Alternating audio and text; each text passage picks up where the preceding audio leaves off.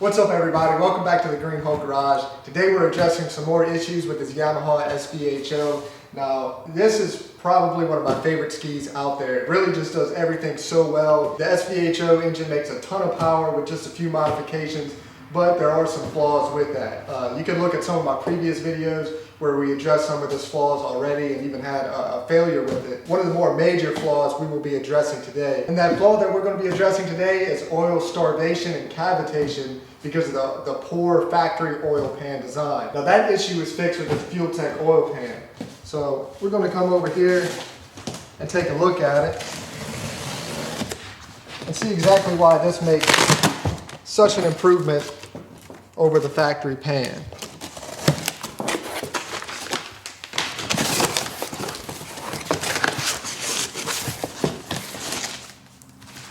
Now, aside from being very pretty and made out of a solid piece of billet aluminum, this pan addresses a lot of issues with the factory oil pan design. This pan is massive compared to the stock one. This will hold 10 quarts of oil, which is roughly double the capacity of the stock oil pan.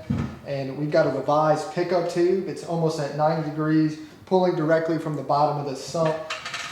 And if you look at this, it's got this chamber design with these trap doors.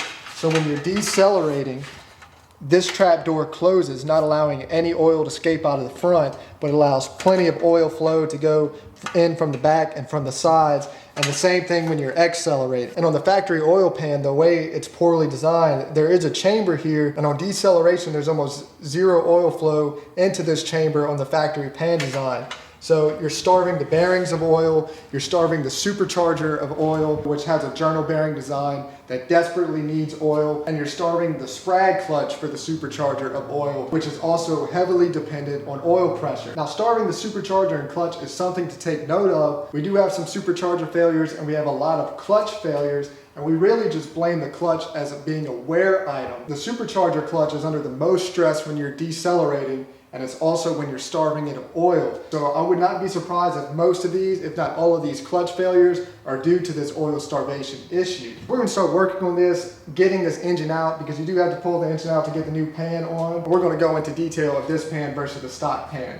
Now, getting this engine out, it's really not hard, but this is definitely a more complex and sophisticated engine compared to the Sea-Doo one, so there is more work involved getting it out. It's not really hard, it's just time. I say that most people could tackle this job. Really, I think a monkey could do it. It's seriously not that hard at all. We will have to pull the intercooler out, the supercharger out, the intake manifold, and the exhaust manifold, and we'll be able to unbolt the engine and pull it right out.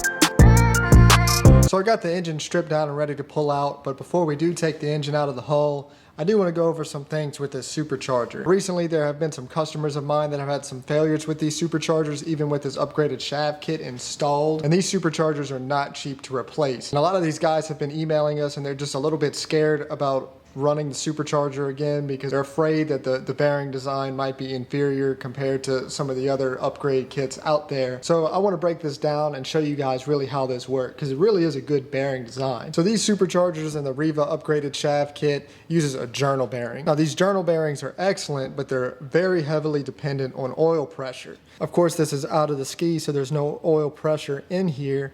And you can see we had got a little play in the shaft. It wiggles a little bit because these were made with a tolerance to allow for oil to be between the bearing and lubricate this entire system. Even without oil pressure, this thing spins flawlessly, but it does have a little play in it. Being with how this is designed, if you have oil starvation issues like you would with the stock pan, of course, there's going to be a failure because you no longer have the oil lubricating the bearing. The shaft will have more slop to it and wipe out the inner components. So we're going to take the supercharger apart and take a closer look at exactly what's going on. And we'll even inspect the wear on the supercharger shaft kit, which has been installed for almost 2 years now. Now that we got the supercharger apart and the shaft kit pulled out, we could really take a closer look at all of this. Now the Riva Racing upgraded shaft kit has this new backing plate on the supercharger, and it adds an additional bearing and more support for this shaft. These supercharger shafts are designed for a higher load with more boost, and that is why they do this. So this goes in there like that, and it's also supplying additional oil. This is internally lubricating the shaft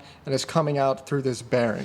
And if we take a close look at this bearing here, this is minimal wear. I've been using this for countless hours for almost 2 years now, and this looks absolutely perfect. Keep in mind that this is spinning at an insanely high RPM. At wide open throttle, the engine is spinning at around 9,300 RPM, and the supercharger, because of a gear ratio, is spinning at a much higher RPM than that. So this is spinning at tens of thousands of RPM. So you can do the math on how many rotations this shaft makes in a single second. And of course, you lose oil pressure for just a split second, you're gonna have a catastrophic failure. And that's where the FuelTech oil pan comes into play. You get rid of that oil cavitation and starvation, and you literally save your supercharger from severe damage. There's absolutely nothing wrong with this shaft design and bearing design. It works extremely well, but it's dependent on that oil pressure. Of course, if you want to run an insane amount of boost through the supercharger, maybe even the Fizzle ZR4 supercharger impeller, you'll probably want to upgrade to a 10mm shaft kit. It's a beefier design, it could take more load, but this shaft is more than adequate for 99% of the superchargers out there. But again, you have to have that oil pressure. So now that we went over the potential issues with the supercharger, we're ready to pull this engine out, and I've got a couple tips for you guys when you go to do this. I learned this many years ago from lifting loads much heavier than this. When you put these shackles on to lift the engine out, you want to tighten them down all the way and then just back them off a quarter of a turn. If you tighten these shackles down all the way and lift the engine up, or really any heavy load, it makes it a pain to get those backed out of there. And the second one is, before we pull this engine completely out, you got to unbolt these engine mounts. Now what I like to do is back these part of the way out and lift the engine up with the hoist just a little bit, because they have alignment shims underneath these mounts, and it's important that these shims go back in the same position. And by lifting the engine up with these bolts partially threaded in, it makes your life really easy when you try to keep track of these shims and where they go.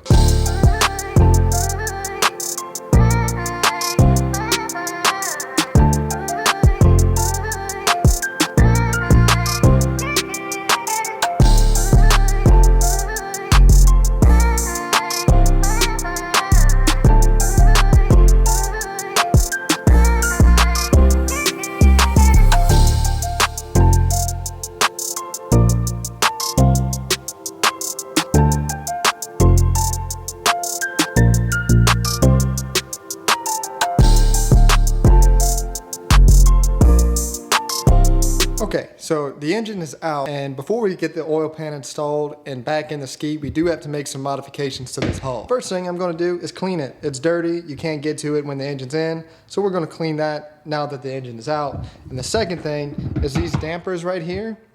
We have to remove these and then cut the fiberglass pods where they sit on. You're not going to hurt anything. I'm going to show you guys how to do that. And while we're at it, we're going to get rid of this mid-wall. I'm no longer using the stock ECU. I'm using a FuelTech ECU, so we can get rid of that entirely. And we're going to relocate the fuse panel and the rest of the wiring here to completely get rid of that mid-wall. So you're going to open up this engine bay and have a lot more room to work with. From there, we can come over to this engine and take a look at this oil pan real quick. If we look at the bottom of this factory oil pan, you can see that we've got these recesses here for those dampers for the engine to sit on, and that is just taking away at your oil capacity. The more oil you can have, the better, and we're now going to be having 10 quarts, so over double the capacity of what this pan has. We also have a drain plug right here. We're gonna drain the oil out before we pull this pan off. From now, it would make your life really easy to mount this to an engine stand, but not everyone that wants to install this has an engine stand. So just for the purpose of this video, we're going to install this all just on the engine hoist. It's not gonna be too hard. I think I'm gonna do a clutch swap while we're at it. This clutch is on its last leg. I don't know if you'll be able to hear this, but you could hear it. It's not really the smoothest. And then watch this. It is clicking backwards. That's not supposed to happen. So while the engine's out of the ski, we're just gonna go ahead and replace the clutch. This clutch has 100-something hours on it. I would not doubt it if a lot of the clutch wear is due to oil starvation. This clutch is very dependent on oil. You take that oil away, and it'll just eat away at the clutch. Now these oil pans do not use like your traditional gasket. It does use a sealant, and I do not have any tonight. So tomorrow I'm gonna go to the store, get some of that, show you guys what to use, swap these oil pans out, and we'll take a deeper look inside of the factory oil pan to compare to the FuelTech. So that's gonna do it for this video.